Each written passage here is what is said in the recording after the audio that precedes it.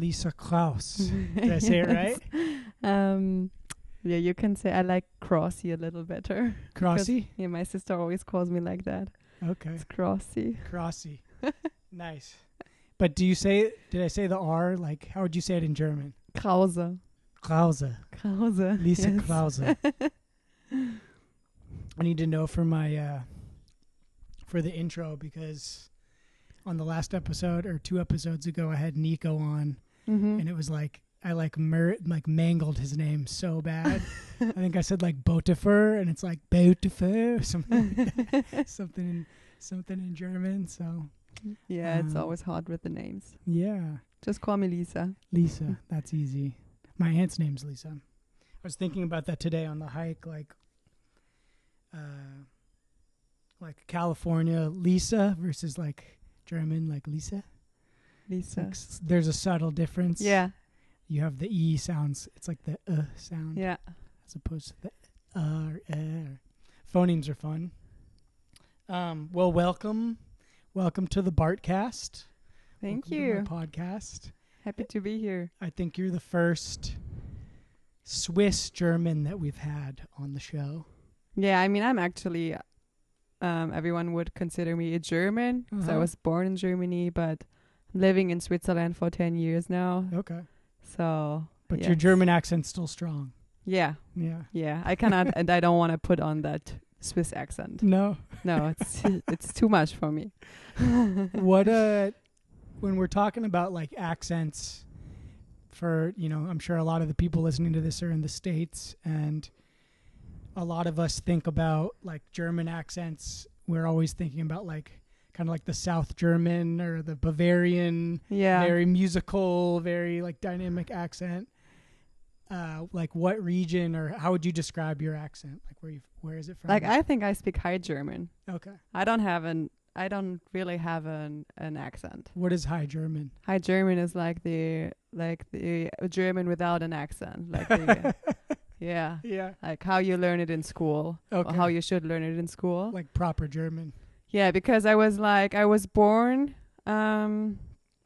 near Berlin, but then when I was like about 10 years old, I had to move to Saxony, and that's a complete different accent, and that's why maybe I never put on such a strong accent because I was always like moving around as a kid.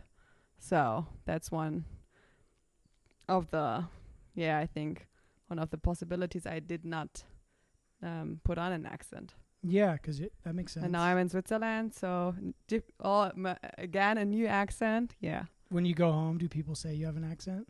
No. You keep it strong. Yeah. Is that something you have to like keep in your mind when you're talking? No. I'm just speaking like High German. Yeah. Yeah.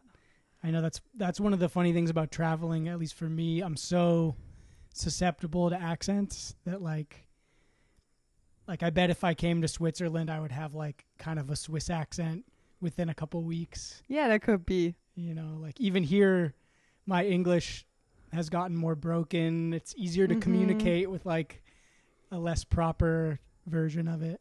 And I'm sure it would be the same in any country I went to. But we're, for all you out there on the internet, we are here in this lovely place, the Passion Fruit Lodge, in Costa Rica on the Caribbean side, in a little town called Cahiuta. And we're actually doing this podcast. This is the first video podcast for the Bartcast. So breaking ground. And our lovely hosts are away, and they don't know that we're using their kitchen to shoot this podcast. So you guys are in on the secret on us being a little sneaky, but they will find out sometimes. Yeah, I'm sure they'll love it. We'll promote them. Passion Fruit Lodge. This place is amazing. But yeah, it's so super beautiful. So just to give a little background, me and Lisa, we met. What has it been, like 2 weeks now, or more? I think it's more than 2 weeks. 3 weeks, maybe. Yeah. So we met on a yoga retreat in this town, Arenal, at a retreat center called Essence. 2 episodes ago, I sat down with Nico, who's the director of Essence, but we decided to go on this journey together to the Caribbean side, you know, my first impression of Lisa, I was like, who's this woman who's 6 months pregnant, just traveling by herself, like so brave and so fierce, and just setting off into the unknown. I thought like, how interesting. I got to know who this person is. Thank you. What her story is. And I feel like in spending this time, we've grown like a really cool friendship, and definitely done some hot springs, traveled, driven into the darkness. And we've like talked a lot. And we've talked a lot. We've probably had at least 4 podcasts already without the mics. So I'm hoping that we can capture some of that spirit for this one, because we've had some really interesting conversations. And yeah, I'm curious, what was your first impression of me when you met me? Do you remember? I still remember, I think the first time I saw you was at the yoga class. But then like my real first impression I got was at the Temazcal, and it was pretty vulnerable, because we were all in there sweating. It was dark, and you were sharing your stories, and I remember how I could relate to that story, because you were talking about your trauma and your childhood and the abuse you had to experience. And I felt that because I experienced like pretty similar things. So I remember that, and I was like, wow, I would never thought that you are like, because you're such a kind guy. And normally when you see you feel the trauma in a person, and like, but you're so like, feels like you healed lots of stuff in the past. And that was impressing to me. Yeah, still remember that. Yeah, it was an interesting experience, you know, for those of you who are wondering what a Temazcal is. It's at this retreat center. Part of the retreat, we got to engage in like an indigenous ceremony, kind of like a sweat lodge, in this big, like, what is it, made out of like clay almost, or stucco? It looks like an igloo a little. Yeah, it's kind of like a stone igloo, and they built a fire on one side of it. We didn't have the volcanic rocks on this one, but they had this fire going, and we went in. It was dark, and we did chants and songs, and and you really sweat. It's like a spiritual sauna, like, I like that, healing sauna. Yeah, healing sauna with herbs. There was smells, not just each other's, but also the spices. Yeah, and then we did like these intentions, and then we started honoring our parents. And one of the things that struck me was just how, when you're around a group of strangers, in some ways it's almost easier to get vulnerable and deep. It's like nobody has these preconceived ideas about who you are. So I don't know about you, but I felt like safe sharing some things that maybe around my best friends I wouldn't have felt as comfortable. But also because the other person, they were vulnerable too. So they shared their stories, and one started to be like really vulnerable and sharing their thoughts, their emotions, their feelings, their anxiety, and everything they're going through right now. And I think that's what made the ice break a little. And yeah, totally. And we had great leaders, the 2 women that led the ceremony, both Adelina and Kat, like, were bringing in their own influence and really setting the stage for all of us to get honest and get vulnerable about our stories. And I felt that connection to you too. Like we both have I think a similar background story of the homes that we grew up in, and just being on this path of healing from our trauma and trying to not let it continue to dictate the ways that we show up for the people in our lives, and the ways that we kind of define our own potential. Because as we've talked about many times, like, how limiting can it be?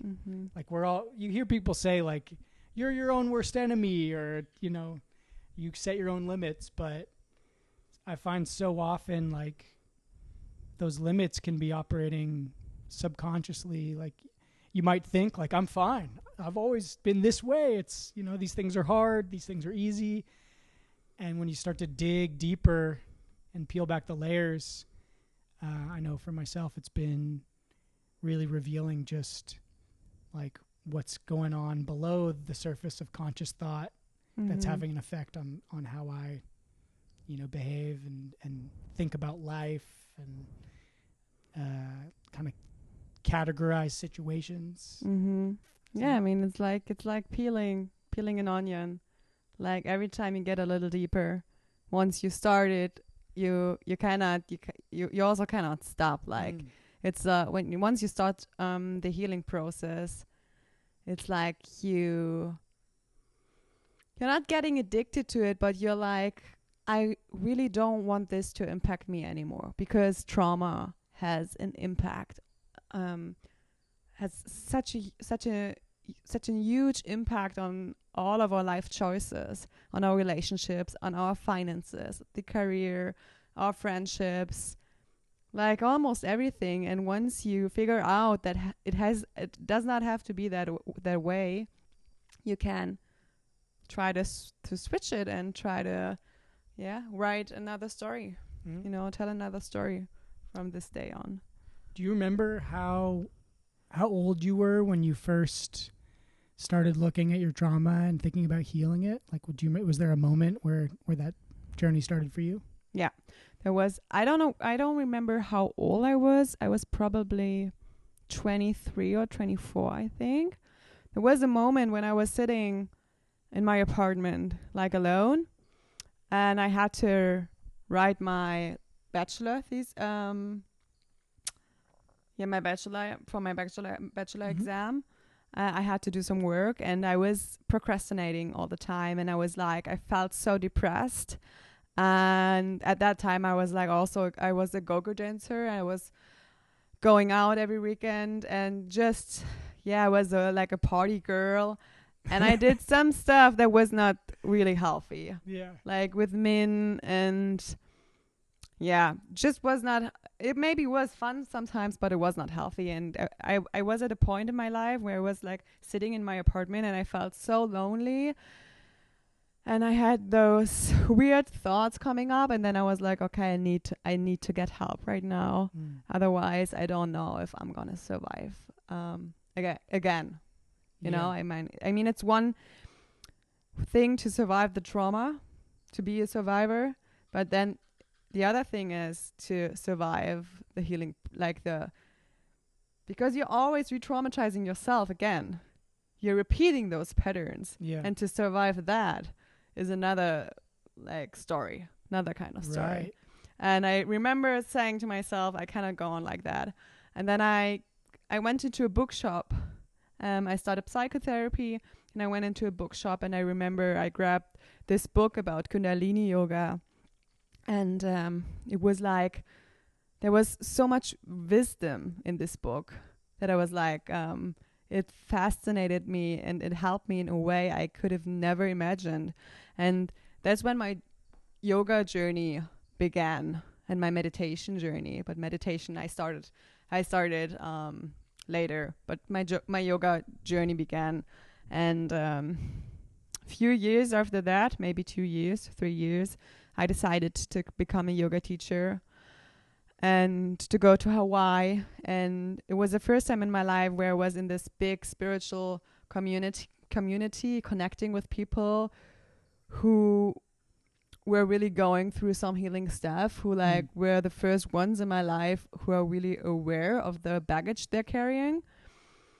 And this opened my eyes more and more and more. And that's how it started. And I'm diving deeper into it more and more, and especially right now after ayahuasca, after I did my first ayahuasca ceremony, and like Bufo with the psychedelics. It's like, everything came at the right moment in my life. I mean, the first thing that sticks out to me when I hear that story that you just told is just how much strength you had even in the beginning of deciding to dive in, like making the choice to heal. That's usually, I feel like, where a lot of people get caught up and can take decades, even if you're aware that you're carrying trauma. Like, not everybody's first instinct is like, okay, I have to go into healing. I'm going to get therapy. I'm going to get into Kundalini, or, you know, like, it's amazing that you have this type of brain where you're able to kind of take the initiative and to activate. And I know for myself, it took me years of like thinking about going to yoga, thinking about going to therapy, putting it off. You know, my own trauma patterns would affect even my ability to start the healing process. Thinking about starting your dream job, like, or quitting your job. Right. It's just always, you know, you have to be aware that as long as you don't change your behavior, as long as you don't do something, you will always continue the same pattern, and you will always experience the same things. Like, how do you expect to have another outcome, a different outcome, if you're not changing?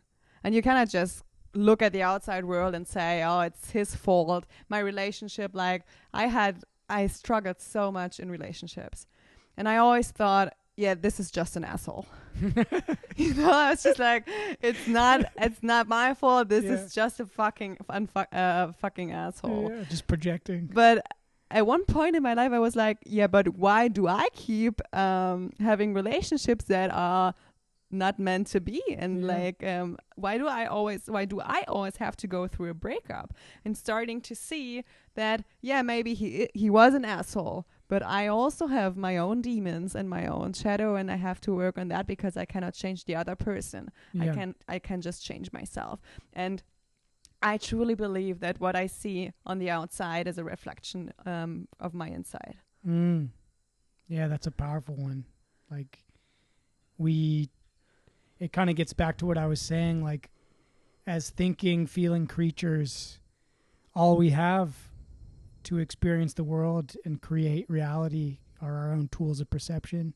Yes. And if you're working with broken tools, your reality is going to be affected by that. And I think that a lot of at least for myself, maybe other people feel this way too, but like a huge part of healing is realizing, like, what are the things that are affecting my perception of reality, and how is that building, you know, a narrative and a reality that doesn't necessarily make me happy. Yeah. Doesn't fulfill me. It isn't, often we think of it as like material things in our life, like, oh, I didn't get the job, or oh, I suck at math, or oh, I just can't, like, I'm just terrible with women, you know. And those are like kind of crutches at times. Those are narratives that we can kind of lean on because it's comfortable, because we've accepted it. But then once you start to, like you said, peel back those layers and break it down, I think it becomes more and more clear of like, oh, no, there's like some root shit that happened usually in childhood where this narrative got set in my brain, and I'm filtering every new experience through that story and looking, you know, you think about these days, like everybody goes online to like find information to add to their own narrative. It's a common thing that people talk about. And I think we're always doing that. Like, I have a story about who I am. I have a new experience. I'm looking for the patterns in that experience that are going to feed that story. And the thing is it doesn't always have to be negative. Like, one of the things that I've learned, I keep learning, I keep having to relearn, is like, we all have the power to decide to start building positive narrative stories. And then when we encounter these situations, we can look like, how is this building that positive narrative? You know, I think that's a big part of the work. It's so true, because the story we tell ourselves is our is becoming our reality. You know, and I like, that's when I right now, like, I'm feeling kind of anxious, or I'm feeling kind of like a loser. That I mean, those feelings still come up, but then I'm trying to look back. And I'm trying to look, where was I 5 or 10 years ago, and what beliefs did I have back then? And then I remind myself that I had such a different story about my health, for example. Like I had such a different consciousness about health choices, and I mean, I was smoking, I was drinking, I was eating so much shit, and now I'm a complete different person in regard to that. Yeah.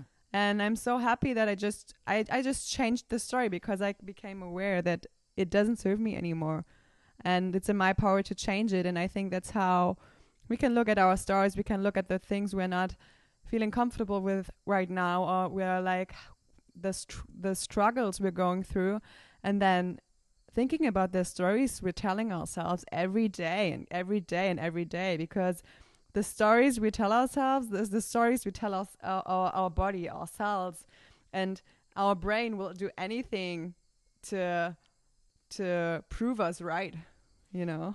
Hell yeah. So. And I think that's a great segue into talking about some epigenetics. What do you think about that? Yeah, of course. So, you know, for all you listeners out there, all you watchers out there, Lisa you're currently studying to be an epigenetic coach, correct? Yes, right. Can you give everyone just like a basic definition of what epigenetics are and what epigenetic coaching is all about, so that people can have that idea?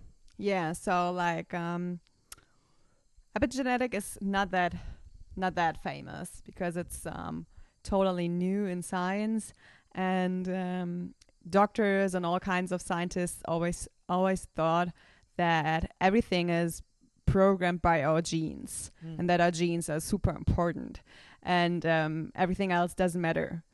But what we found out is that the environment and the surrounding we're putting our genes into is much more important than the gene, because it tells the gene to go on or go off. So what we can do is, by changing our surrounding, we can change our health, we can change our body. And that's probably it. So it's all about how your diet, how your movement, how your lifestyle, and all those kind of life choices is impacting your health, and that you don't have to be a victim. Even if your mom or your dad or your grandmom had cancer or diabetes or other sorts of chronic illnesses, you don't have to be a victim. You don't have to believe that this is the same thing that will happen to you, because you can have those genes, but you are the master. You can control if they're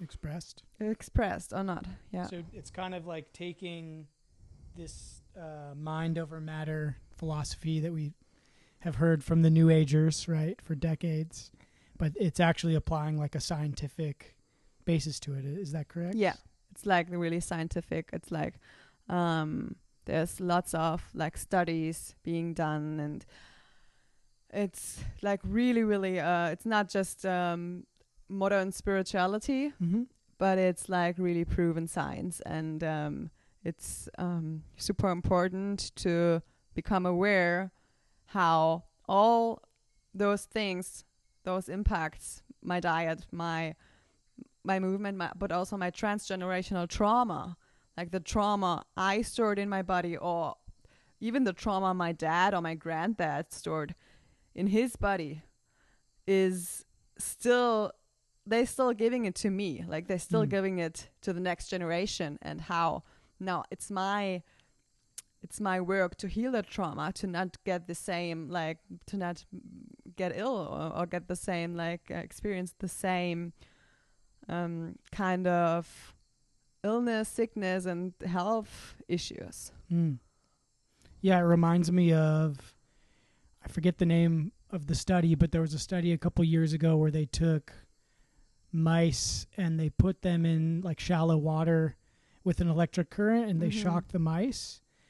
And I think they found that like even 2 generations later, when they would put the children of those mice in water, they would have like a fear response. Yeah, definitely. That's an epigenetic experiment. I know what you're talking about. Yeah. So that's it. You know, it's really cool to hear, because This is total cutting edge scientific stuff. And I think another one that I heard was like how apparently human babies have a natural like tendency to avoid snakes and like shapes, snake-like shapes. Like there's some genetic memory in there. Definitely. I mean, evolution is part of the epigenetic process.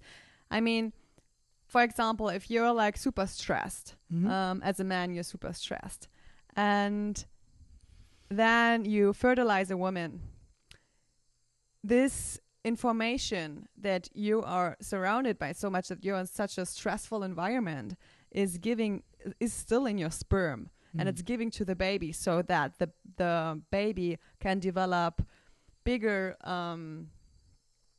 adrenaline glands to produce more adrenaline, to produce more stress hormones, because it has to be prepared for the environment. So it's like evolution. It totally makes sense. It's not that our body is like, if you're the same thing with if your grandparents, they experienced war and they experienced like starvation and like hunger, then you can still have some metabolism problems, like problems with your metabolism and your whole your health, because it makes sense, because I mean the body is like, oh, I still have to be prepared for that. So I have to keep the metabolism down to not experience this hunger again, you know. It always makes sense. It's not that we're just getting sick because there's some evil in our body and it wants us to suffer. It's always from the evolutionary side, it always makes sense. Interesting. So fellas, it's not enough to have sex to relax. You gotta meditate before you have sex. You gotta come in. If you want to have mellow. a baby, I would recommend that.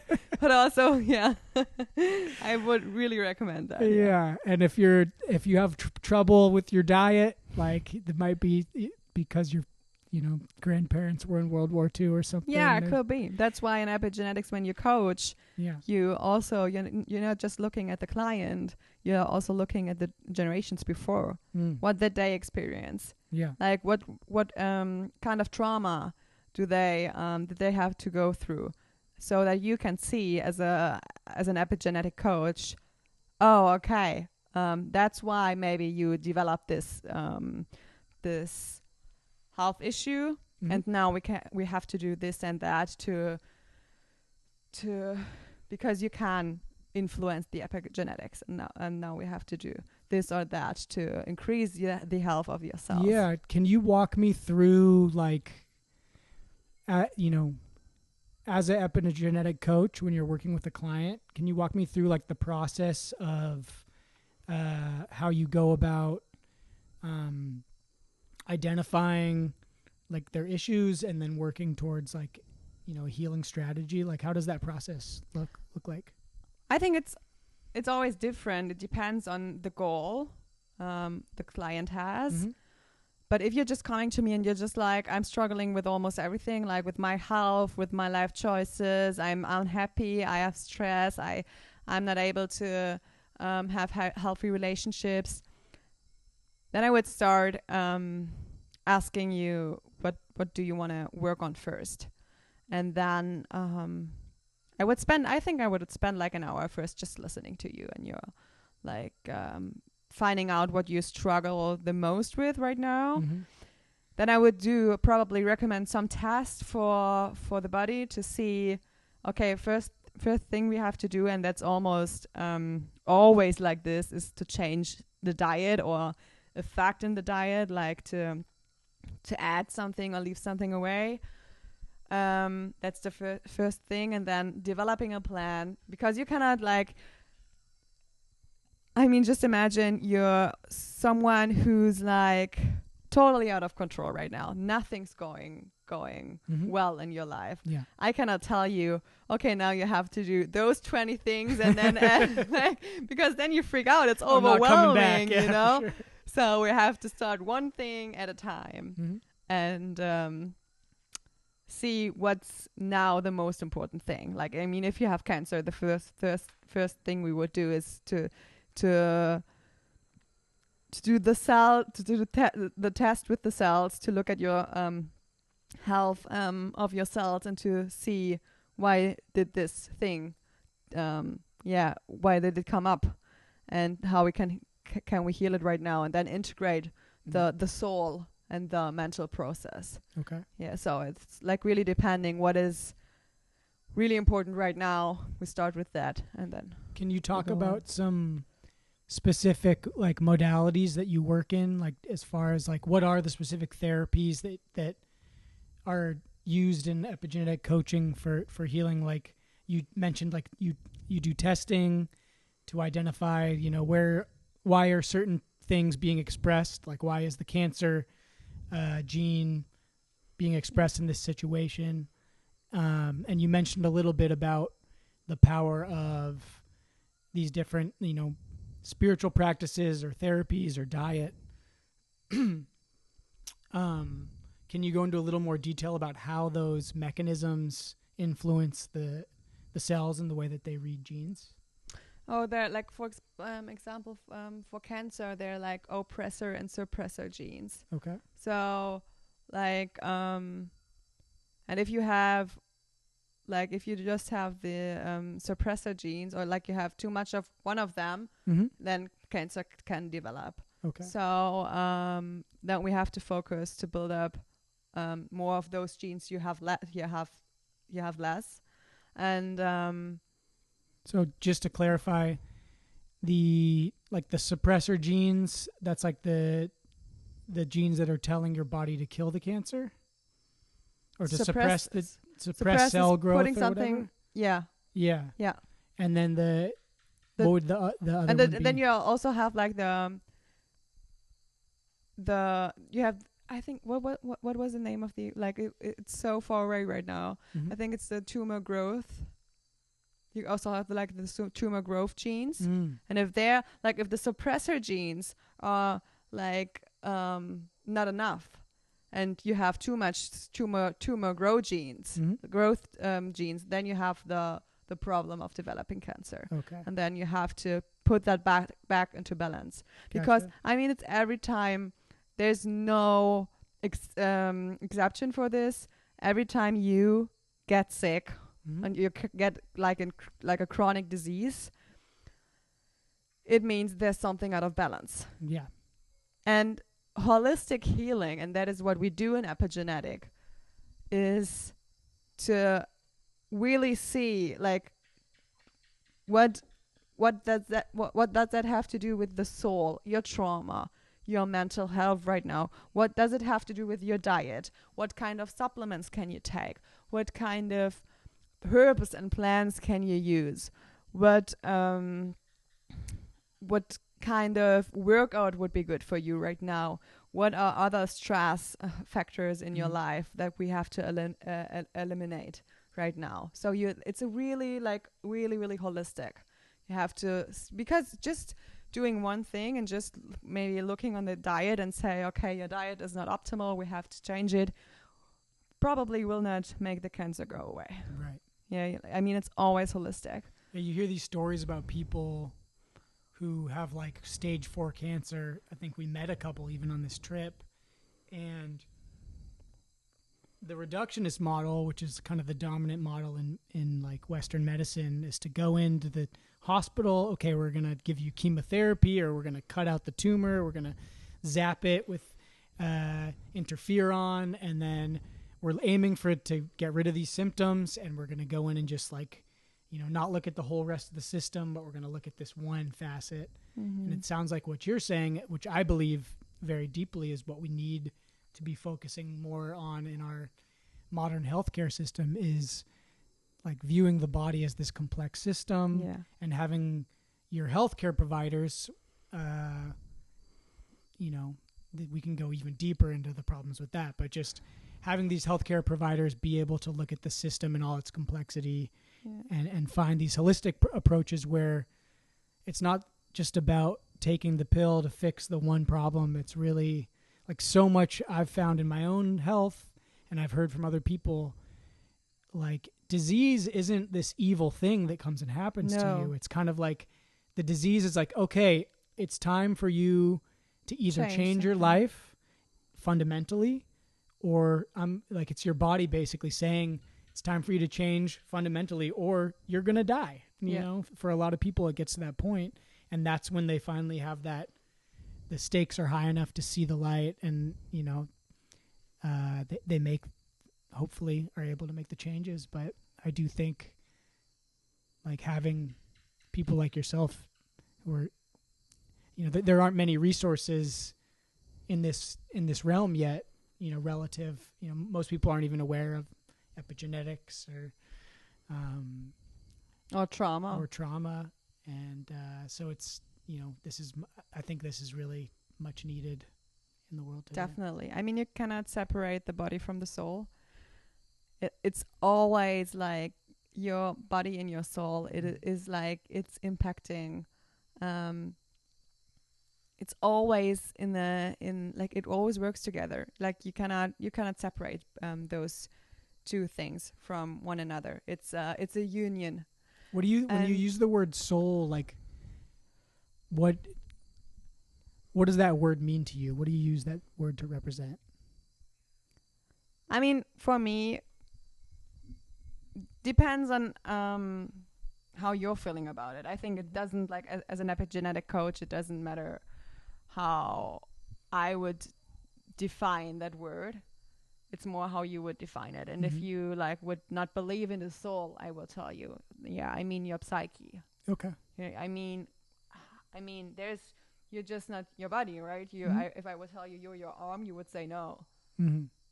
So, and you're also not like this whole body. You're much more than that. And I would tell you what's with your mental health, what's with your psyche right now, what's with the experience you made in the past, and how do they still impact you. And I think that's one thing we really have to focus on. And because like school medicine is more focused on suppressing the symptoms, like to treat the symptoms. But if you cut out a tumor, you have no guarantee it doesn't come back, it doesn't grow back, you know. And like this is a sign from your body. You now have to start your healing journey. You have to start your healing journey right now, because also, like, let's say you have such a bad diet, and it's part why the chronic disease developed. Also, having such a bad diet and treating yourself in such a bad way is a trauma response. Right. You know, it's not just like, I'm just a lazy person.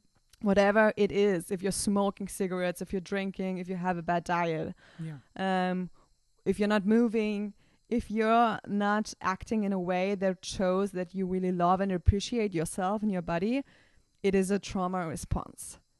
It is because you experienced trauma and you still think maybe in your belief system you're not worth it. You're not worth of health. Like you're not worthy of health. Right. You're not worthy of a high quality lifestyle. You know, whatever it is, it's destructive. It's destructive behavior, and that has an underlying issue. And this illness just shows you, or this disease shows you, you have to start your healing journey now. At one point, it will be too late. Yeah, I mean those that's how those patterns get reinforced, right? Because like I've found in my own healing such a fundamental thing. Like one of the things I had to really look at before I could move past a lot of my trauma was like I'm being mean to myself almost daily. Like I had to become my own friend again and learn how to love myself, and that's always a balance that I'm either struggling with or succeeding with. But one of the things I found was that I had this narrative of where there'd be a behavior that I knew was bad for me and that I didn't really want to do. And there was almost this like perverse satisfaction in still doing it. Like I knew it was bad and I would feel bad about doing it, and that would actually drive me to do it more. And so what I had to do, because it's a punishment. Right. And so what I had to do was like first, before I stopped the behavior, I had to change the narrative about the behavior and how I was talking to myself about doing it. I was still doing the stuff that maybe was out of balance, but I started doing it with more intention. Like, okay, I'm gonna be a schmuck. You know, I've talked about it on this podcast before. Like, I might smoke weed and stay up till 4 a.m., but like, I'm making the choice to do it now. Yeah, it's okay to be in my, like, I call that the shadow child. Right. I'm like, or in my hurt inner child. I'm okay, and it's okay to be the hurt inner child right now. Yeah. And to repeat those maybe unhealthy patterns. Mm-hmm. But I think, that the worst thing you can do is when you start your healing journey, like becoming so strict and so like punishing yourself and judging yourself in your head for the things you're not doing right now, because then it gets worse. The first thing you have to start in your healing journey is learning how to be kind to yourself, how to talk in a loving way to yourself, in the most compassionate way, because it's your poor small inner child that is hurt, that wants to continue this behavior, and you now have to be super super friendly and super kind to that child so that it doesn't show up like every day. It brings to mind the idea of like something I've been working on a lot this last year, but how can I be a better internal parent to my internal child? Because, and I think that we both share this in our history, like in the, growing up in a traumatic home, having abuse as a kid, the modeling of what healthy parenting behavior looked like, it wasn't always something that was really going to be in a health focused perspective. And so as we become adults and as we start, as I started examining my patterns that were no longer serving me, that was a big one. Was like, okay, like, like you mentioned earlier, I have a problem a lot with being super productive, or whatever my idea of productivity is. I fail to meet that. So one of the things I noticed was like, okay, what does like a healthy relationship with a boss look like, or like a parent?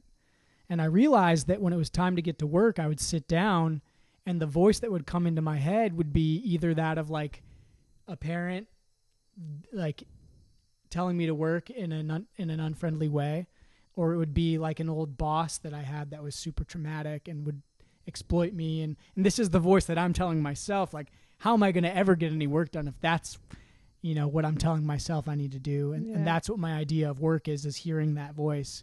So like, that's what I've been working on in the last few months, is like, how do I change that internal dialogue so that when I hear the voice, it's like a loving voice that's encouraging me, that's supporting me, that's so that when I show up to do my work, I get to feel good, I get to feel supported, But it's hard, you have a bad day, suddenly you're dealing with a boss from 5 years ago that was stressing you out all the time. Yeah, and I mean, all your inner child wants is to be seen.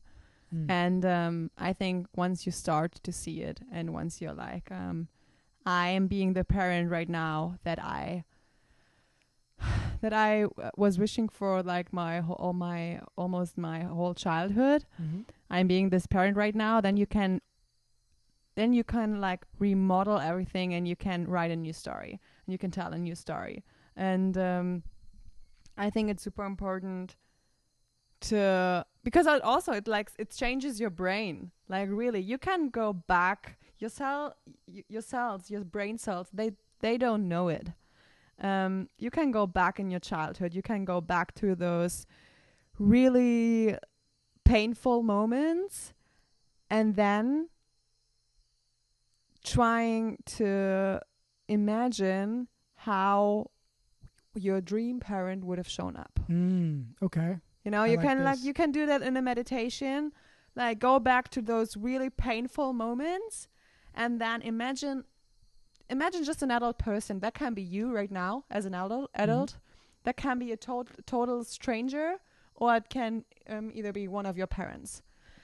And then just imagine and visualizing how would the perfect reaction, how would that feel to me? Like, how would I felt if I would have been seen, if I would have been heard, And then it's like you're changing the trauma in your brain. Like you're really changing the brain structure because you're going back to the trauma again. And your brain doesn't know. It's like actually like you're not doing it. You cannot go back in the past. That's what your brain doesn't know. The cell doesn't know. So you're going back, and you write and tell a new story. Yeah, you're going back to that moment, the root moment of trauma, and then you're kind of like reassociating with the moment, putting yourself back in that space, and then changing the outcome. Yeah, changing the outcome. And what you're saying is that your brain doesn't know the difference, and so you're able to kind of rewire your emotions about that. It's funny that you say it because that's almost exactly what we did with the timeline therapy when I was working with Nico at Essence. Like that was kind of what we were doing, was going back to those root causes and then creating a new signal path for our neurons, so that when I think, like we were talking about in this conversation, when I encounter a new situation that has similarities to the original traumatic situation, rather than re-traumatizing, I now have the option and the tools to feed that information into the new signal path that I've created and strengthen it. Yeah. And you do that, 1,000,000 times in your life, and it's going to build that narrative that much stronger. Definitely. It's really... And it's so powerful how you could see in a scan, in a brain scan, how it changed your brain. Really? Like it really changes the part, because trauma changes your brain. When you're a child and you're like experience lots of abuse, your brain is different to a child who's not had that experience, So what you can do is try to heal that part of your brain by going back, creating a new outcome, and really imagine and visualize how someone, it can be you, it can be a stranger or your parents, how would it be if they would have reacted differently? How would it felt if I was always right where I am right now? How would it felt if I was like feeling loved and I know that I'm valued no matter what I do? That changes so much. Right. Going back and just thinking, I was loved as a child because now I'm an adult and I can go back and I can heal my inner child. I can go back to my inner child and I can say, I love you. I love you so much, and you're so strong, and you're right. And like there's nothing wrong with you. You're just perfect the way you are. Yeah. That can change so much, and it has such a healing potential. It's almost like you're doing Inception on your own mind, like the movie. Yeah. Implanting these thoughts that are going to take on a new blossom, like in a viral way. Yeah. It's like I'm sure you've had this experience too, but like we all have that friend who like it just seems to float through life. Like they have that smile and they have that they had the upbringing that was full of love and support, and the way that they view life, it's just, why wouldn't they ever expect that things were going to work out and be good? Definitely. And I have friends like that where I'm like, man, like, and the older I get, the more I start to realize like, oh, that's what that kind of parenting does. It's not like that,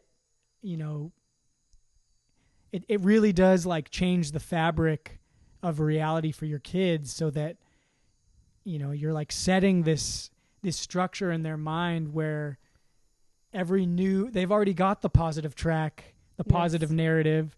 So they're always filtering their experiences through that. And I do know that some of those friends, when they do encounter adversity, it can be really hard for them, and so that's why it's not that they're having the perfect life. They're going to have But they're building struggles. up resilience. Exactly. They have the natural tools to adjust and roll with the punches. And yeah, definitely. And I think that's like, my biggest wish would be for all parents to become aware that it has such an impact how you raise your child, and what kind of a feeling you're giving to your children.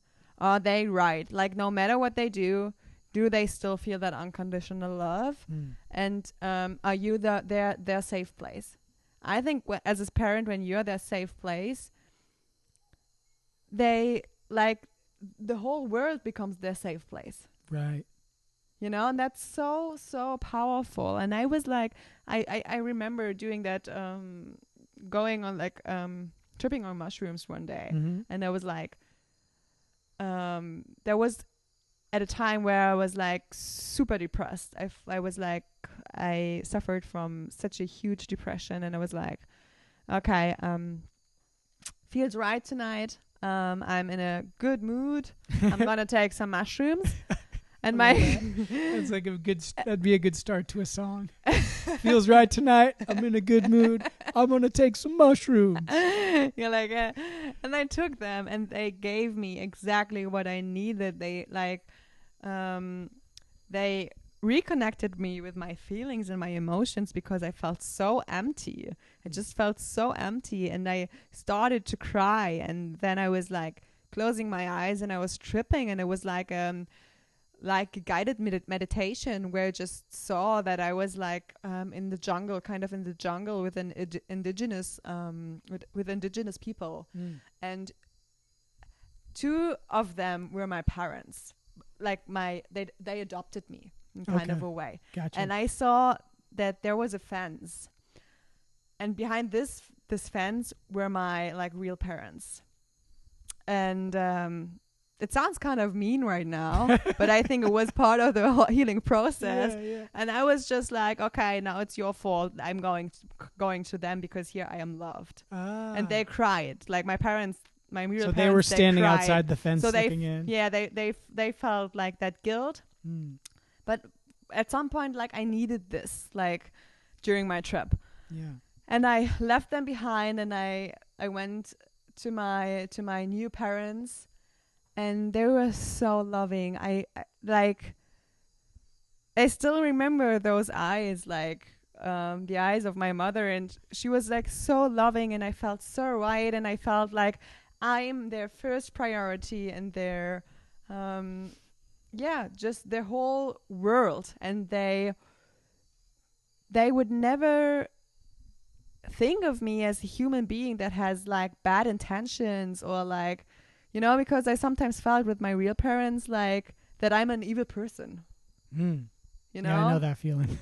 Like I felt like I'm an evil person. I'm just not right. You're a demon. I'm a demon. I'm an evil person. And I never got that feeling from those parents. So I got that feeling that I'm right, I'm perfect, and I'm such a loving human being, and so kind, you know. Yeah. And then I was asking myself, wow, that changed my whole reality, so that I became an adult who was like really compassionate, and who had lots of capacity to give to other people, and to heal and help other people to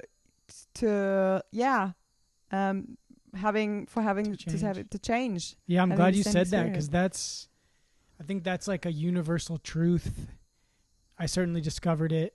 I've discovered it that like one of the like, if healing is like a tree, one of the fruits that blossoms on that tree when you do have that feeling of healing is wanting to share that with other people, wanting to spread that. Like in the timeline therapy that I did, like the talk was like, okay, we've like emptied you out of like these emotions that have been hurting you, and like now you have all this space inside. Let's fill that all with gratitude and focus on that.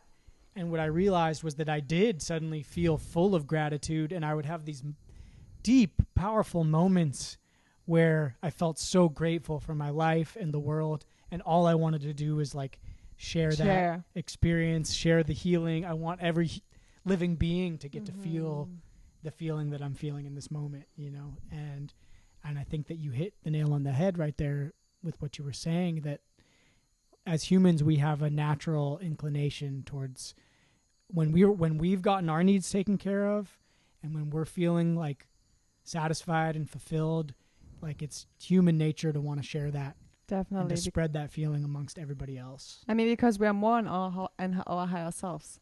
Yeah. You know, and our higher self always knows like what's best for us and for the universe and for the world. And I think the more capacity you have and you develop, the more you're gonna share, and the more love you have inside of your heart, the more love you will give to others. Mm-hmm. And that's why I think it's so important to rewrite those stories so that you can just not step into your own healing process, but also inspire other people to hear and to share, to heal and to share. Because it's the same with the same with pain. It's like a snowball. Like pain builds up so much ego, and the more ego you have, the less capacity you have to feel compassion and empathy and kindness and you know for other people. Hello. So I think it's really important, and it's the same with love. It's getting it's because like a snowball is developing. If you the love begets the love, just as like hate can beget hate or anger can beget anger. It does tend to be. It sums up. Yeah. I want to ask you about your psychedelic experiences. Like what first got you into psychedelics? How did you make your entry into that world? What was that experience like? To be honest, I've never had an entry I was just doing that Ashtanga yoga teacher training in Mexico. Okay. And there they said like, oh, right now you're here and we have those treatments for you. Like those are available. So who wants to do Kamba? Who wants to do Bufo? Who wants to do ayahuasca? And everyone was like, me. And I was like, okay, so if everyone does it, then I have to do it. Too. I don't want to be the only person who's not doing it. And also before I came to Mexico, I knew that they have those treatments there. And I was like, I had no idea what ayahuasca is. I had no, because I've never took psychedelics before. Yeah. Like I've smoked weed sometimes, but it's not a real psychedelic, but I've never took mushrooms or acid or stuff. And, so you went in both feet into the water. You just dove right into it. I started with Bufo. That's the most, I think, one of the strongest psychedelics on that earth. Can you talk about Bufo? Because I had never heard of it before you mentioned it, and I don't think a lot of people know what it is. It's from that big frog. So it's like tree frog venom or poison frog venom? It's no, it's not a venom. It's like a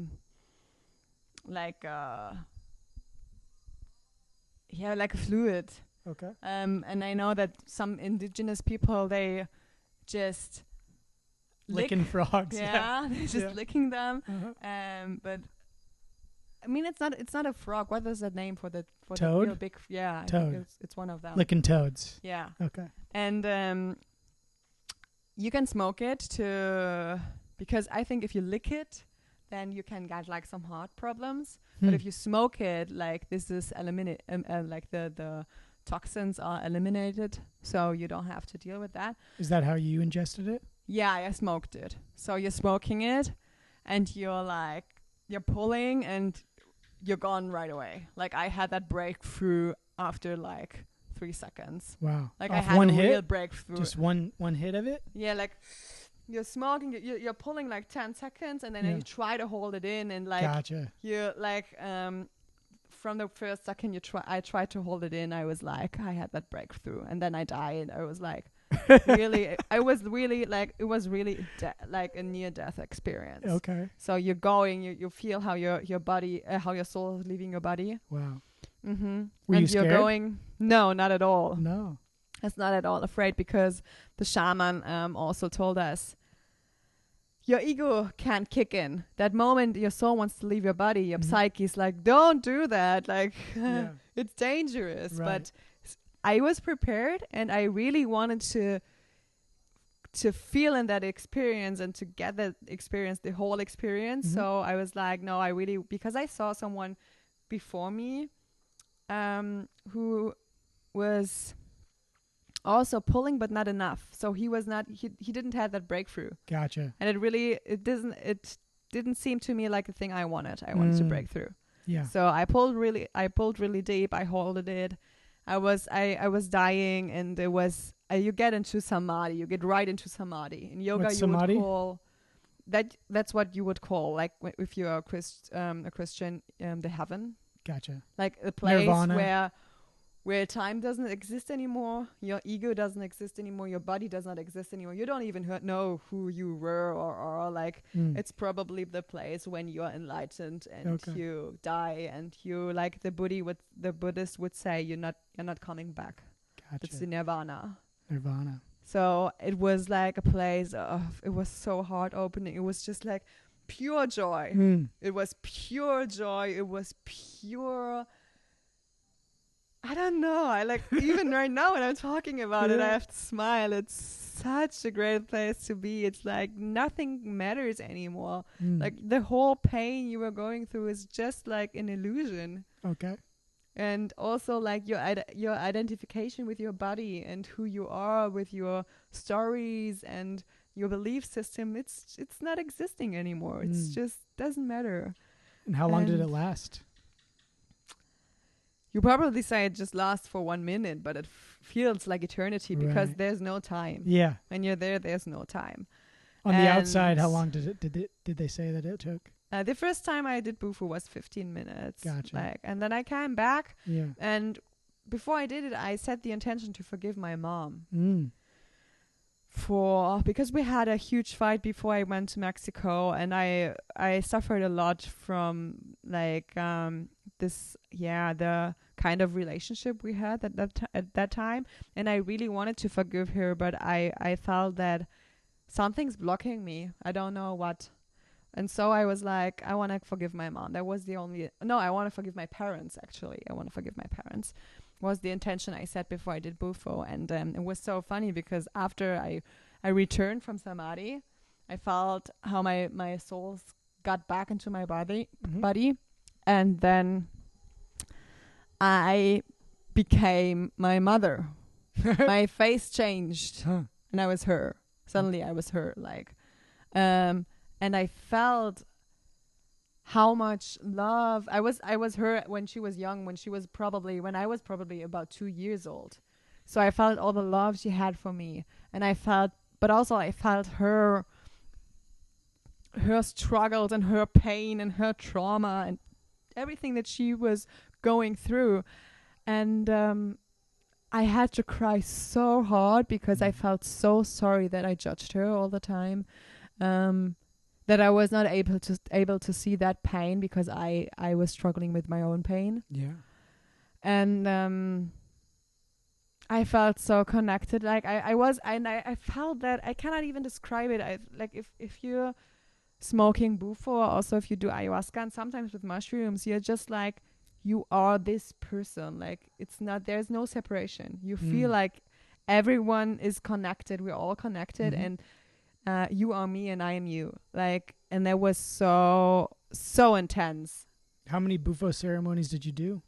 I did two. Two, Yeah. Were they on the same day or different days? No, there were the second one I had 4 weeks after. Gotcha. And I was I already finished the yoga teacher training. And my boyfriend was also in Mexico, and I did it, and he was watching. Wow. Because I thought, oh, it's getting it's again super peaceful. I mean, last time I just had to cry after, but it's super peaceful. I wanted to ask you what it was like when you came out of the Samadhi space. That's when you started crying and you felt like you were your mom? That's when I came out, in the first ceremony. I remember how the song they played the song, the shamans, about a beautiful, no, that was not the beautiful bird, about it says like my heart is opening as I die. And then it says like but then they're singing like I'm coming home, I'm coming home. And I still remember this, I'm coming home, I'm coming home. And I was like, I like get goosebumps because I was feeling how I was reborn. Yeah. That was a new birth for me. And they sang this phrase, I'm coming home, with such beautiful voices. And I really felt like I'm coming home right now. It's like the pain is gone. Wow. And I'm coming home right now. That's beautiful. Yeah, I was reborn. And it was so powerful. And how did that experience differ when you did your ayahuasca ceremony? What was that like? Ayahuasca was really hard for me because it took me, ayahuasca takes about 6 to 8 hours. Okay. And I found that this was really strong. For me, it was really strong. And I know that during ayahuasca, I didn't have like the big breakthrough. It was more than I was like tripping a lot. And with all the like, how do you say that? Like hallucinogenic. Yeah, like you just like see stuff that is not there. But All also sometimes I was like, there were like those moments when I was back into my body, and I was so afraid. I was so afraid I pooped myself. Really? And I really was sure I pooped myself because everything felt so wet. And I was like, oh, I think I pooped myself. It's so bad. And I couldn't, but the thing was I couldn't move. Okay. And it was like the worst experience ever. And I couldn't move. I was so cold, but I couldn't grab the towel behind me. And I couldn't grab my hoodie because I was too weak. Okay. And I was just freezing, and I was just like thinking I pooped myself, but then it turned out it was not really, like it was just an illusion. Okay. I didn't poop myself. Yeah. Everything like was fine. Okay. But it was much harder. Much harder. I was going, like, I experienced my birth again, which was really traumatic because they had to pull me out with that machine. Don't know how you call it in English, but they had to pull me out, and I didn't breathe for a few minutes. Wow. And I experienced that again, and I didn't breathe again. And then I released it, and like to release it, you do all kinds of weird stuff. I mean, you bite yourself, you're shaking your head, you're like it sometimes looks maybe like an exorcism. Yeah. I mean, you're in a room with other people who are also going through their journeys, like, right? And it's like, I think like if you would not be tripping, it would be really weird because you have like you hear some people are like puking, some people are crying, some people are laughing, some people are like and like orgasming. Yeah. Okay. It's everyone is doing different noises, and like they're like those are not normal noises. Are you able to like drown those out, or do they infringe on your own experience? Like sometimes you don't hear them, but it can it can definitely impact your experience. That's why it's so important, I think, if you do ayahuasca, like, please be aware to do it not in a big group. Mm-hmm. Like, I mean, seems like one-on-one would probably be the best. No, I think you can be more. Yeah. Yeah. You can be more. But like not more than like 15 people, I would say. There was more than 15 people? Yeah, we were like over 30. That is crazy. That is insane. How would you like keep track of everybody? That was the thing, actually. I wouldn't do it like that again. Because the shamans are also imbibing, right? That's part of the ceremonies. They take some too, right? Yeah, they take some too, and they were not able to like really be aware if everyone is doing well, because I mean, I was so cold. I was super, super cold. Yeah. And I really struggled, and it didn't feel like I was really supported because we were too many people, and I wouldn't do it the same way now. I mean, it's okay that it was that way, but I'm glad because I wanted to do another ayahuasca ceremony like a few days after.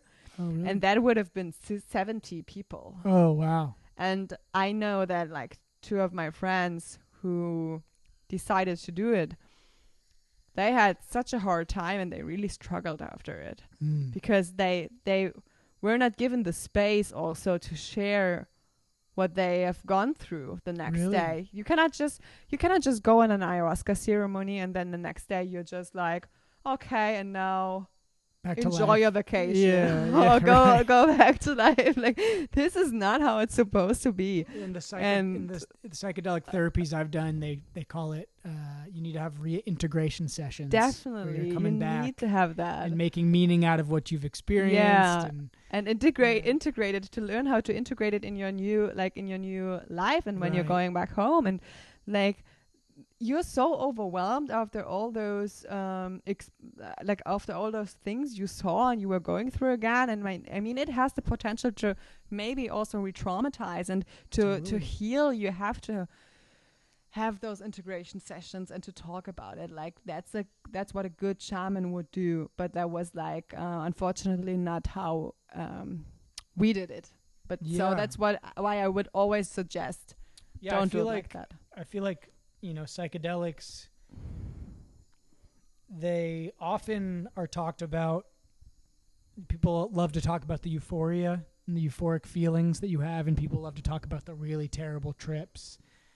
And I do think that, as with so many things in your body, like, you can kind of apply like the yoga perspective to it all. Like, and I've definitely had the experience of taking psychedelics in a context where it almost felt like I pulled a spiritual muscle, you know, like I strained something in my psyche. And then it took time to move past that and to like heal from it. And that doesn't mean that a painful experience or a difficult experience on psychedelics is going to hurt you, but it is really important to have the reintegration, to have the support, so that even if it is something that was hard or traumatic, you can still code it in your brain to fit the positive narratives. Because even a difficult experience, there's a lesson there. And so you can gain something really profound out of it. But if you also are thinking about afterwards, like, oh, that sucked, that was terrible, that hurt me, like you said with that broke me, your body's going to you know, is going to change to match what those thought patterns are. Right? And I was always like, I think it's so important to not give that such a big meaning. If you had a hard time, you had a hard time. So I was like, it's part of the healing process. And I remember going back home and then realizing I got pregnant after all this healing, like the healing ceremonies and stuff, and falling into that huge pregnancy depression, but not giving it so much meaning, just releasing to it and seeing it as it's part of the healing process. Now ayahuasca's kicking me in the ass again. Right. Now I have to first repeat the same patterns and to experience the same feelings and emotions again, to then let it go for the rest of my life. Yeah.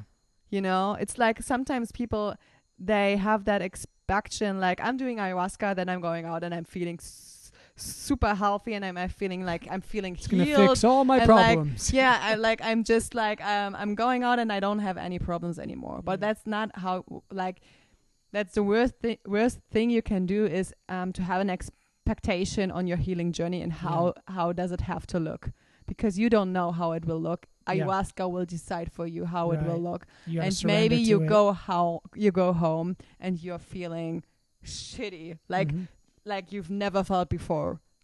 But then that's part of the healing process, and just trusting and surrendering to this process and being like, that's part of it right now. That is a yogi mindset, and this is really important. Sometimes medicine tastes bad, you know. It's true.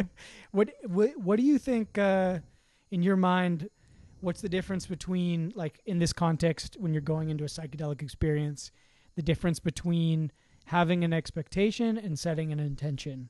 Because the two could, are similar, but there's a little bit difference I think in how you orient your mind.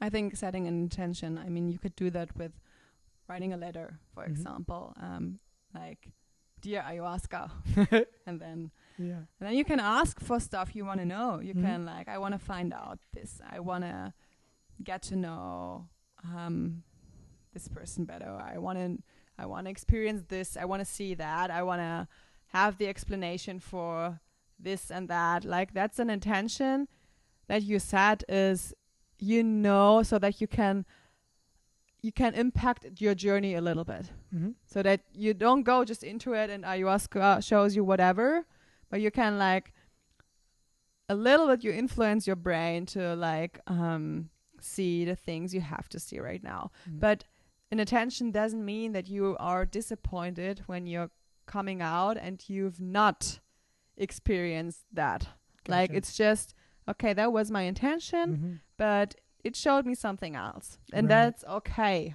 Yeah. Because I needed to know, and I needed to see that. Yeah. And having an expectation is always creating, like, disappointment, because you're going out and you're like, but I wanted that and I did not get it, so I'm not doing it again, and there's no healing behind it. It's like it's frustrating to expect something, right? Setting yourself up, and then it's like, and also, like, it takes away potential, like healing potential, because you're limiting yourself. Maybe ayahuasca has to show you something that is so much bigger and so much more important right now, but because you're so focused on that intention and you're like, no, but I want this, I want that, you're, like, blocking yourself and you're limiting your healing process. Yeah, that face was hilarious. It's kind of like the way that you described it. It makes me think of, like, an intention is like you're creating a vessel that the experience can fill, and maybe you have a certain shape that you're gonna fill, and that shape might change, but you're at least creating a shape. And then with an expectation, it's almost like a set of limiting beliefs. Like, it makes me think of the first time I took mushrooms. I think I was like 16 or 17 with my two brothers, went out to the beach. And I was just like, this is going to be awesome. It's going to be the most fun thing ever. And I remember as it started to come on, I was like, this isn't fun. This isn't awesome. This feels really weird. Like, and I got hung up on this idea that I was supposed to be having more fun, but I wasn't having fun. And that's first, when you suffer the most. Yeah. And I was stuck on it. At first I was like, oh, it's my water bottle that's the reason why I'm not having fun. So I took my water bottle and I just threw it as far away as I could. And then I thought it was, my sandwich. So I took my sandwich and I threw my sandwich away as far as I could. And then what I eventually realized was that my two brothers were wanting to go in one direction and I was feeling like I wanted to go in another. And there was, like, a conflict. And nobody had said anything, but I just realized that. And so I told my brothers that I loved them, and I went off on my own, and, like, I got maybe like 100 feet down the beach, and suddenly I started feeling really good. And, like, I looked up and the clouds were, like, pulsing purple. And then, like, I had this walking stick, and I remember I got to this place and suddenly I found a new walking stick, and it was like the symbol of everything changing. And I decided I wanted to get naked, and I took off all my clothes. And I was just sitting on a log and looking at the sky dance. And I just was by myself and feeling so good about that I had, like, done this. I had taken, like, my own story. I had started living my own adventure. And I sat with it for a while. And then I started to feel like I wanted to go back and tell my brothers about my adventure. So I gathered all my clothes up under one arm. I think maybe I put my underwear back on. And I walked back up the beach. And I saw my brothers, and they were, like, rolling in the sand like they were pigs, like pretending they were pigs. And they said that when they saw me coming, it looked like there was like a prince, like riding in on a horse, kind of. Yeah, I can imagine that. Like Aladdin, like Prince Ali, you know. And from that moment on, like the whole rest of the trip was just like pure love and enjoyment. I told them what I did. They told me about like the bushes they looked at and the like adventures that they had. And that's one of my favorite things now. If I do like a more social psychedelic experience with people, usually out in nature, I do try to build into it alone time. If I start to feel anxiety or I feel overwhelmed, I go off by myself.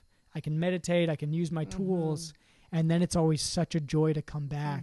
And everybody's got like adventures to share. And I don't know. I think that's true. Really beautiful. Well, I think that we're almost at the end of our time. Well, I don't know where we're at right now. Let's see where we're sitting at right now. Yeah. So the last thing I'm going to ask you, and we can end on this note, because I feel like it would be wrong not to at least ask this question before we finish. Can you just talk a little bit about this decision? You know, you're 6 months pregnant and you're like, I'm going to go to Costa Rica and have an adventure. My boyfriend's not coming. And like what was the intention behind that? But then also like what your experience as this young growing mother has been during your time here. Like, what has this whole experience been for you? I felt like, because I always loved to travel alone, and I did it a lot. I went to the Bahamas alone. Why do you like to travel alone? I started it, and it felt, for me, it felt like I'm meeting more people. Okay. I'm connecting with more people. I'm building strength, and I'm becoming like more independent. And also what impacted me was always during my travels. I also love to travel with I would love to have my boyfriend here, but if he's not able to do it, I'm not gonna stay at home being unhappy about that I cannot travel right now. Yeah. Just because nobody can come with me. And like so often I didn't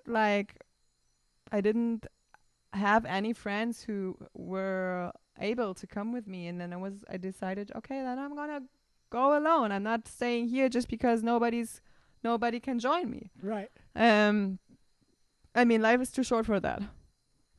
And especially in relationships, you have to learn how to make yourself happy and still do your stuff. And so I decided that I had left vacation and I want to spend it maybe in Costa Rica to develop like healthy patterns again, because in the beginning I suffered like a lot from pregnancy depression, and then you get into those like unhealthy patterns, like starting the day with a phone, for example. And like I really felt that I want to develop a spiritual practice again in the morning, like a morning routine before I get the baby. And I want to have some time on my own. I want to like visualize and create my perfect birth experience in my mind. And I need time for that, and I need space for that. And that's something that is hard to do at home when you have other stuff and other things going on around you. So I decided to come here, and I was not afraid at all, but I feel like right now I know there are some things I would have done totally different when I knew what I have to expect. Like, for example, I would not just go spontaneous without booking.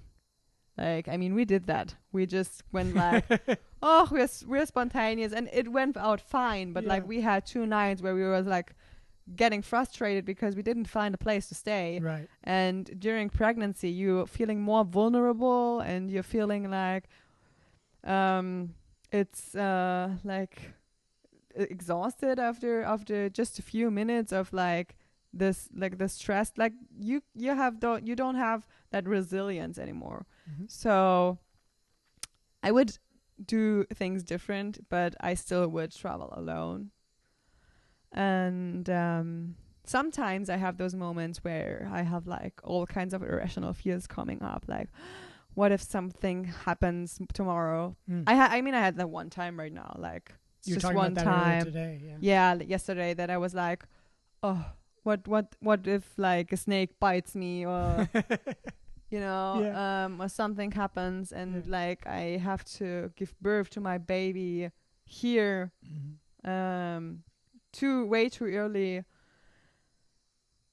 But also I'm just releasing to those thoughts. I mean, I'm just letting them come up, just observing them, and try to not identify with all those fears, because sometimes it's just like pregnancy is such a big, exciting journey. It's like, I would call it like a 9-month ayahuasca ceremony. Like it's really like that, because so much you're trauma. cold, you're weak, you think you shit yourself. No, it's like really like not the physical things, but like it's more all those traumas coming up again, all the unhealthy patterns, all those triggers. Like and I don't know if it's me or if it's like the same for other women too. You are becoming aware of so many things, because you want to be the best parent you can be for your child, and especially the best mother. And maybe it's like an evolutionary process to now heal the stuff you still haven't healed yet. And to me it feels like it's that kind of journey. So you will experience those weird moments, but that doesn't mean you have to stay at home and then just like, you can still enjoy your trip, even if they're like bad and maybe hard days. I mean, I had a hard time to come here. I was puking 7 times. I thought like I'm 2 days I was so super sick. From the airport sick. To Essence. From the airport to Essence. Then there I had this like the digestive problem where I thought I couldn't eat anything. Felt like really sick. Here I had it again. So sometimes there are days like this, but it's okay. I mean, you have the tools to get through any of these things as you've described, and I think it's beautiful. It's been such a cool experience for me, just as a guy getting to, I don't know, I think I came out of my yoga retreat and I had this like deep intuitive feeling that like I felt protective of your baby. We'd been through like this ceremony together. We'd been through like some experiences. So I felt like the natural like urge of a man wanting to protect like a woman in a vulnerable place. But then also just like the deep curiosity about like almost viewing this time together as like, it's been in my own way, my own kind of shamanic journey of like, okay, like when in my life am I going to be able to like travel with like a pregnant woman who's not like my pregnant woman, you know what I mean? Like there was some lessons to learn, and there was I saw it as like a really interesting opportunity, in the way that I view my travels, because for me traveling is all about saying yes to the opportunities that present themselves. So when I saw it happen with you, I was like, okay, like I'm totally happy with my Costa Rica trip going in any direction.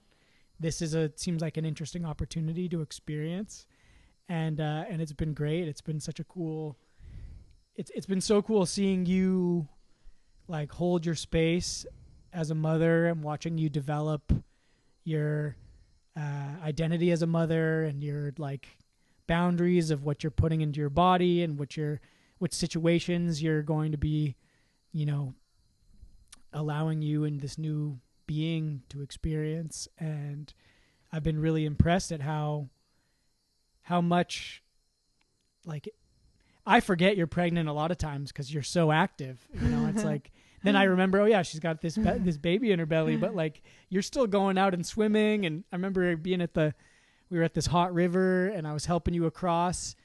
And then like 5 minutes later, I look over and you're just like a frog just walking across the rocks and super mobile. And, you know, it's, I've had several friends over the last couple years who have become mothers, and it's just cool to meet someone who's still, I can just tell that you're still really committed to your own work and your own experience. And it's not that you're sacrificing the experience of motherhood or your baby to have that, but you're also not sacrificing that to have your baby. You know, like I see you really engaged both as Lisa, the individual, the journeyer, the seeker, and you're also integrating that with Lisa, the mother, the caretaker, the supporter. Yeah, with the new identification. Yeah, trying to do that. So it's been a trip. It's been cool getting to have that experience, and you know. Yeah, and you did a great service actually. I mean, it was not always easy for you. You're trying to flirt with the girls, and they were like, "What a weird guy is that having his like." I mean, who would think that we're not a couple? You know, right, I mean, I'm pregnant. Right. I mean, we never acted in a romantic way, but no. I mean, just seeing a woman who's pregnant and I think that almost made it more the plausible, same age, like, you know? and then like you're trying to connect with those women, and they're like, "Oh yeah, what kind of a weirdo are you?" Every your girl girlfriend's pregnant, and then girl I made eyes paying with. for yourself, like. Yeah, they all thought I was schmucks, course, and a terrible partner, and I mean that meant a lot to me, like, because I knew you, I knew you could have probably met some girls and like creating some connections, but you were just like releasing and surrendering to the process and to the service, like you did to me. That was amazing. Yeah, I mean, it was, you know, to me, it was more funny than anything. And I think that's probably because I was coming out of this amazing, like, yoga retreat and feeling so just at peace. Like, it didn't matter to me that, like, it was just funny to me when I would flirt with someone and they would, like, look at me with those accusatory eyes. And I knew, you know, we both knew that. I think in some ways, the fact that we were not acting romantic made it a stronger narrative for people, because I would just see people like, oh, they're not doing well, you know. like, you know, so many couples have those issues during pregnancy where they're feeling a disconnect. So I would see, you know, shop owners or girls, like, just people like, oh, you know, they're sleeping in separate beds, so things aren't going well, you know. Like, it's so funny because then you're like, those people are all like judging in kind of a way, but you're like, you have no idea, like, you just don't know. But on the other hand too, you know, I think that I would be remiss if I wasn't also acknowledging that, you know, when you're traveling as a single guy by yourself, that's like the ultimate unknown quantity. You could be a dangerous person. People, I mean, when I travel, I tend to find that people are always like very open and into connecting. But it is true that you do get a little bonus too. Like traveling with a pregnant woman, I'm like instantly not a threat to anybody. They all are like, okay, like he's with his wife or she's got a kid. Like he's taking care of his family. You're just the weird family father exactly, who is trying to flirt with other girls. Exactly. Yeah, that it's was a trade-off, really funny. but yeah, I think that this podcast, we've been trying to do it for a couple days, and we've had the road bumps. But I also think that it's really beautiful that we're doing this on our last night of this shared trip. We're parting ways tomorrow, and so you know, getting to do this together was really special. And definitely, I'm super glad we did it. Super grateful. Yeah, and thank you so much for coming on my show and being interested and being interesting. And thank you for the opportunity. Yeah, it's been a sweet couple of weeks or 3 weeks getting to know you and hanging out. And I think that hopefully this is the first of many such conversations. I definitely want to have you on again and hear about the birth process. Yeah, that would be cool. Check back in after you've had your baby. Talking about the home birth. Yes, we got to do a home birth episode for sure. Mm-hmm. So the last thing that I need to say, just because I'm trying to be a good host here, we didn't even mention this, but you have a YouTube channel. Yeah. And people can check you out on that. Can you just very briefly give our audience a explanation of your channel, and then how people can find it and can connect with you if they want? You mean what it is about? Yeah. Yeah, it's like about almost like everything. I put videos up right now, super irregular. Mm-hmm. So the last videos were about my experience in Mexico and the psychedelics and the ayahuasca, the bufo and the ayahuasca. Mm-hmm. And there's footage of you actually on these experiences. Yeah, right? but like on bufo, yeah, and on cambo, but cambo is not a psychedelic. Yeah. I thought that was super brave. I don't know if I could put myself on a psychedelic trip online. That'd be like, yeah, I've like, you don't see the hard parts, I would say, like, because they're like really hard, like, and also to protect myself. Of course, I didn't want to do that, but there you see some things, and you can find me on Lisa da Silva. That's my name there on YouTube, and also on Instagram.